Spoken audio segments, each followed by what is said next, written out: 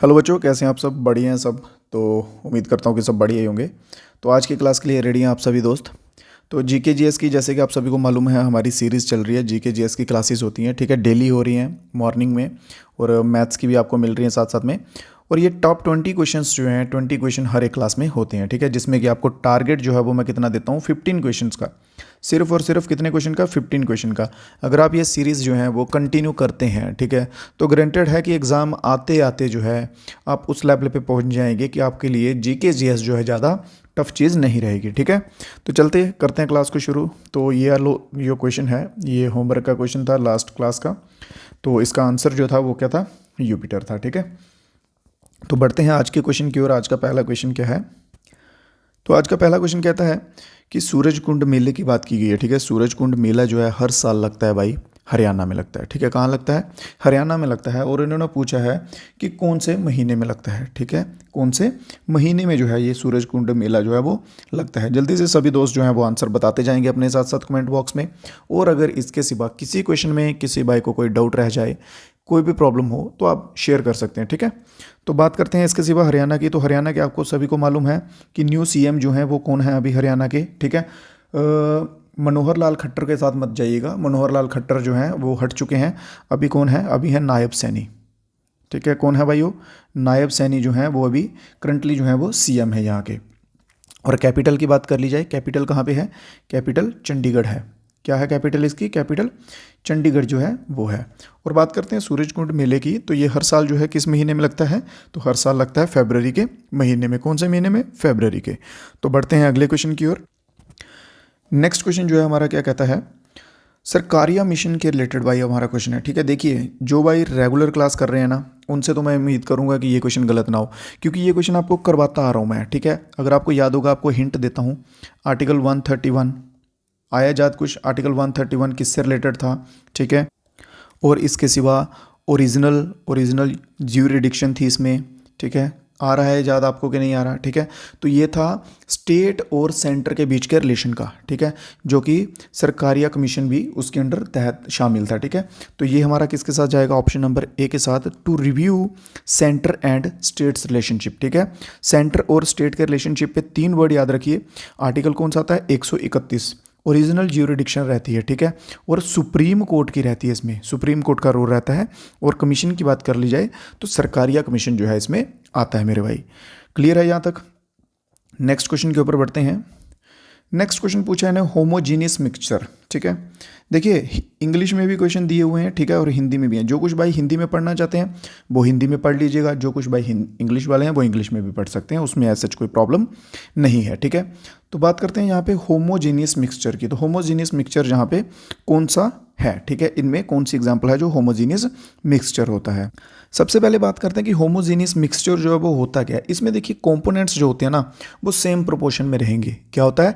Homogeneous mixture में components जितने भी होते हैं वो सभी सेम प्रोपोर्शन में रहते हैं, ठीक है, और उसमें इजीली डिजॉल्वेबल होते हैं। तो इसका आंसर क्या रहेगा? Salt solution. सॉल्ट सॉल्यूशन जो है इसमें बिल्कुल सही जवाब रहेगा। क्लियर है यहाँ तक? किसी क्वेश्चन में कोई डाउट वगैरह रह जाए तो आप बता सकते हैं। चलिए, करंट अफेयर्स की बात करते हैं। तो क्वेश्चन क्या बोला गया है? 1 तारीख, ठीक है, 1 घंटा एक साथ कैंपेन जो है ये रिसेंटली न्यूज़ में रहा है, ठीक है, वो किसके रिलेटेड है? चलिए ऑप्शंस पढ़ते हैं। क्या ये क्लीनिनेस ड्राइव के रिलेटेड है, ठीक है, स्वच्छता अभियान से संबंधित है, या फिर ये है switch off lights for 1 hour? क्या ये लाइट्स को 1 घंटा बंद करने के लिए है, या फिर पुलिस की मदद करने के लिए 1 घंटा, ठीक है, या फिर इन्वायरमेंट के रिलेटेड कैंपेन है मध्य प्रदेश की गवर्नमेंट के द्वारा? क्लियर है? तो ये जो कैंपेन है मेरे भाइयों, 1 तारीख 1 घंटा एक साथ, तो ये है क्लीनिनेस ड्राइव, ठीक है। तो ऑप्शन नंबर ए जो है यहाँ पे हमारा बिल्कुल सही रहेगा। और ये कब मनाया गया था? महात्मा गांधी जी के बर्थ डे के ऊपर। क्लियर है मेरे भाइयों? चलते हैं अपने नेक्स्ट क्वेश्चन की ओर। तो नेक्स्ट क्वेश्चन में क्या पूछा गया यहाँ पे? Who launch India's first indigenously developed next generation magnetic resonance imaging, ठीक है, एमआरआई स्कैन होते हैं ना। अगर आप हॉस्पिटल्स में गए होंगे, हॉस्पिटल का कुछ मालूम होगा, ठीक है, कभी इमरजेंसी पड़ी होगी तो एमआरआई करके स्कैन्स होते हैं, ठीक है। तो वही है, बस इसको मॉडिफाई कर दिया गया, न्यूली लॉन्च हुआ है, ठीक है। तो ये जो है ये किसके द्वारा लॉन्च जो है वो किया गया है, ठीक है।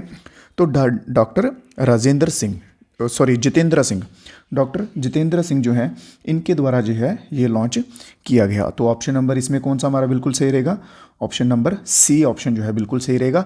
अब इसके साथ एक और टैग लगेगा मेक इन इंडिया का, ठीक है, किसका लगेगा, मेक इन इंडिया और made for world, made for world. Clear है, साथ साथ में नोट्स वगैरह बनाते जाइएगा आप सभी भी। तो बढ़ते हैं अपने नेक्स्ट क्वेश्चन की ओर। तो कालबेलिया डांस की बात करते हैं अभी हम। तो कालबेलिया डांस जो है, ठीक है, कालबेलिया डांस जो है ये जनरली जो है वो कौन से राज्य में भारत के परफॉर्म किया जाता है, ठीक है। इसके सिवा एक चीज़ और बता दूं, व्हाट्सएप ग्रुप ज्वाइन कर लीजिएगा जात से, ठीक है, क्योंकि वहाँ पे आपको अपडेट्स जो है वो मैं टाइमली देता रहता हूँ। और जो भी नई नई चीज़ें होती हैं ना सीखने वाली, कुछ शॉर्ट फॉर्म्स लग गई मेरे हाथ या कुछ भी इंपॉर्टेंट लगेगा तो वो भी मैं वहाँ पर शेयर करता रहता हूँ, ठीक है। तो आते हैं अपने क्वेश्चन पे। तो कालबेलिया जो है वो डांस जो है वो कहाँ परफॉर्म किया जाता है मेनली, ठीक है। तो कालबेलिया की बात की जाए मेरे भाइयों तो ये कहाँ किया जाता है, ये किया जाता है राजस्थान में। कहाँ किया जाता है, राजस्थान में जो है ये किया जाता है। और आप मानेंगे कि ये यूनेस्को की लिस्ट में भी है, 2010 में ये यूनेस्को में शामिल हो चुका था। कहाँ हो चुका था, 2010 में शामिल हो चुका था।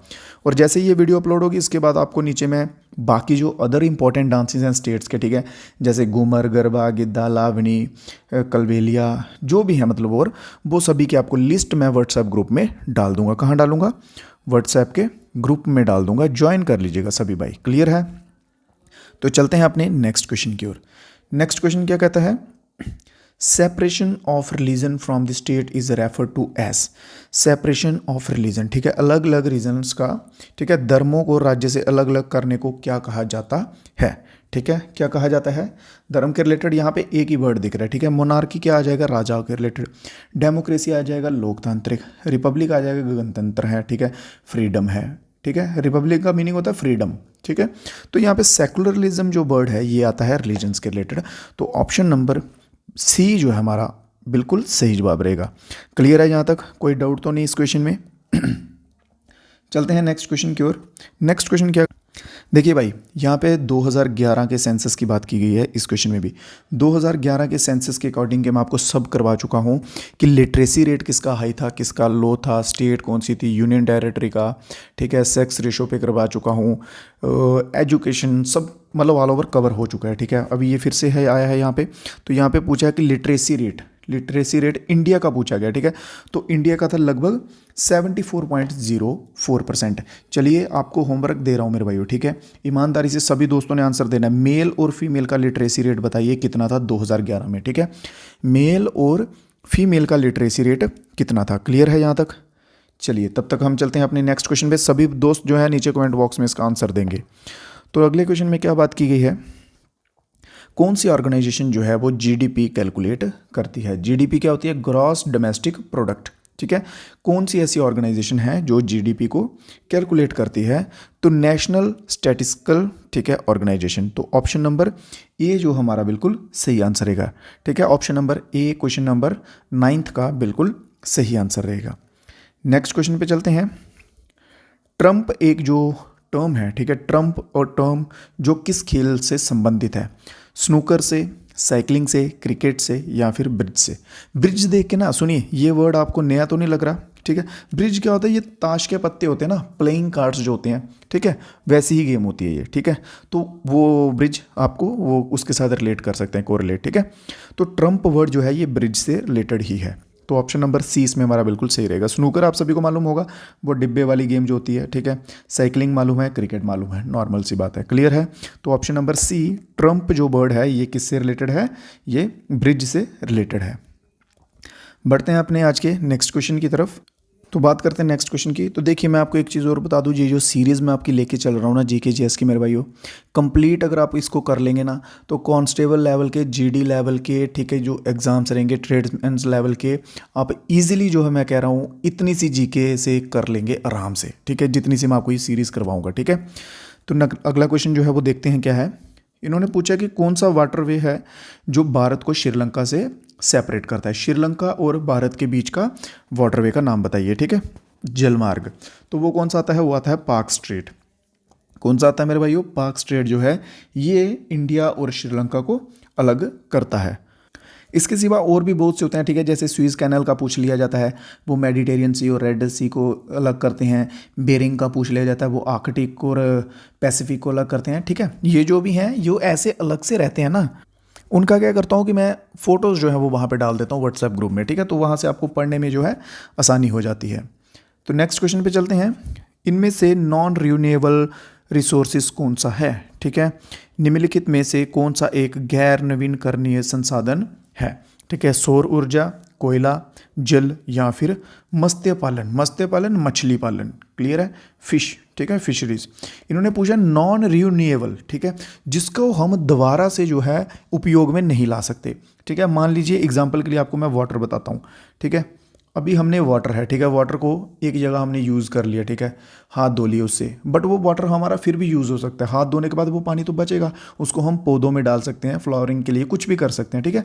तो वैसे ही इनकी एग्जांपल है, जैसे पेट्रोल अगर हम बाइक में डालते हैं ना, ठीक है, तो पेट्रोल डाल के अगर हमने 1 किलोमीटर बाइक चला ली तो पेट्रोल जो उड़ गया वो वापस नहीं आएगा, वो होते हैं नॉन रिन्यूएबल।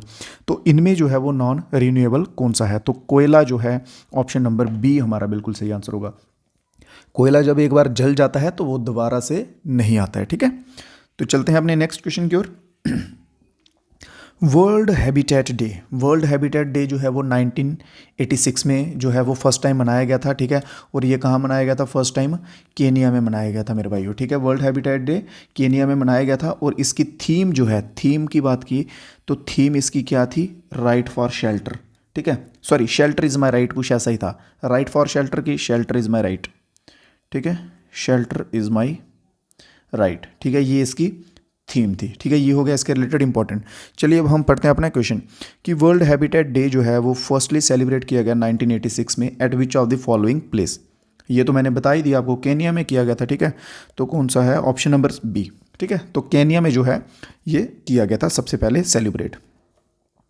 चलते हैं नेक्स्ट पे। नेक्स्ट क्वेश्चन क्या है, which of the following statement is about non plan expenditure of the central government is correct. इनमें हमें बताना है कि इन स्टेटमेंट्स में से कौन सी स्टेटमेंट जो है वो नॉन प्लान एक्सपेंडिचर से संबंधित है, ठीक है, उसको लेकर सही है। नॉन प्लान एक्सपेंडिचर एक्चुअली में होता क्या मेरे भाइयों, सुनो, जो कि आप कह सकते हैं डे टू डे बेस पे जहाँ पे गवर्नमेंट के खर्चे होते हैं, ठीक है, डे टू डे बेस पे जहाँ मान लीजिए अभी कोई काम आया उसमें खर्च हो गया, ठीक है, जो प्लान्ड नहीं की होती हैं काम, ठीक है। अब मान लीजिए कि भाई मेरे को प्लान, गवर्नमेंट ने प्लान कर दिया कि हाँ हमें भाई एम्स की कमी है तो हम एम्स बनाएंगे, तो वो आ जाएगा प्लान्ड में, ठीक है। तो जो बिना प्लान के किए होते हैं वो होती है नॉन प्लान्ड, क्लियर है यहाँ तक, ठीक है। तो ये इनमें से जो है वो कौन सा करेक्ट है, the expenditure is on interest payment. क्या ये जो नॉन प्लान एक्सपेंडिचर होता है ये इंटरेस्ट पेमेंट के बेस पे होता है। दूसरा ऑप्शन कहता है कि एक्सपेंडिचर जो है वो साइंस एंड टेक्नोलॉजी के ऊपर होता है। तीसरा कहता है कि एक्सपेंडिचर जो है वो एग्रीकल्चर के ऊपर होता है। और फोर्थ कहता है कि इनमें से किसी के ऊपर भी नहीं होता भाई, ठीक है। तो एक्चुअल में किस पे होता है, वो इंटरेस्ट बेस पे होता है, ठीक है, इंटरेस्ट पेमेंट के बेस पे होता है। तो ऑप्शन नंबर ए जो है हमारा बिल्कुल सही रहेगा यहाँ पे। कौन सा, ऑप्शन नंबर ए, क्योंकि अगर साइंस एंड टेक्नोलॉजी की बात की जाए तो भाई ये प्लान्ड में आएगा, ठीक है, क्योंकि साइंस टेक्नोलॉजी वो छोटी चीज़ नहीं है, ये बहुत बड़े लेवल पे है, तो इसके लिए पहले प्लानिंग चाहिए। एग्रीकल्चर में किसको लोन देना है, किसान को कितना लोन देना है, कितना बीमा देना है, माफ़ करना, जो भी है, ये सब प्लानिंग वाली चीज़ें हैं, क्लियर है। तो बढ़ते हैं अपने नेक्स्ट क्वेश्चन की ओर। नेक्स्ट क्वेश्चन क्या कहते हैं कि इनमें से कौन सा जो है कि रूरल प्रोग्राम नहीं है, रूरल, ठीक है, गांव के रिलेटेड प्रोग्राम जो है वो नहीं है, ठीक है, गांव के रिलेटेड। तो HRIDAY, हृदय जो है ये गांव के रिलेटेड नहीं है, ये जो है किसके रिलेटेड आता है, ये अर्बन के रिलेटेड आता है, ये शहर के रिलेटेड आता है। किसके रिलेटेड आता है, शहर के रिलेटेड, ठीक है। सैगी जो है, ठीक है, इसका लिख लीजिए आप, फुल फॉर्म लिखिए, संसद आदर्श ग्राम योजना। क्या है, संसद आदर्श ग्राम योजना, ठीक है। नरेगा आप सभी को पता है, नरेगा लिखवाने की ज़रूरत नहीं। तीसरा जो है ये अर्बन के रिलेटेड है, और ये फोर्थ नंबर जो है DDUGKY करके, ठीक है, ये ग्रामीण कौशल्य योजना है। क्या है ये,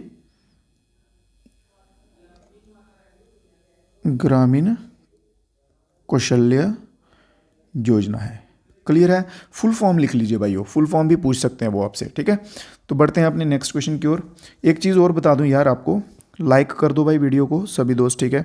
लाइक भी करना ज़रूरी होता है, जो कि बिल्कुल फ्री का होता है। नीचे देखिए साइन दिख रहा होगा लाइक का, लाइक कर दीजिएगा। अगर आपने सब्सक्राइब नहीं किया मेरे भाइयों तो सब्सक्राइब भी कर दीजिएगा, ठीक है। तो नेक्स्ट क्वेश्चन पे चलते हैं अपने। Finance minister has approved Navratna status for dash in August 2023। Finance ministry जो है उसने अप्रूव किया है नवरत्ना का स्टेटस, किसके लिए, ठीक है, किसके लिए, अगस्त 2023 में, ठीक है। किसके लिए किया है जल्दी से, तो ये क्या गोवा शिपयार्ड के लिए क्या है, भारत कुकिंग कोल के लिए, सेंट्रल कोल फील्ड्स के लिए, या फिर ONGC विदेश के लिए, ठीक है।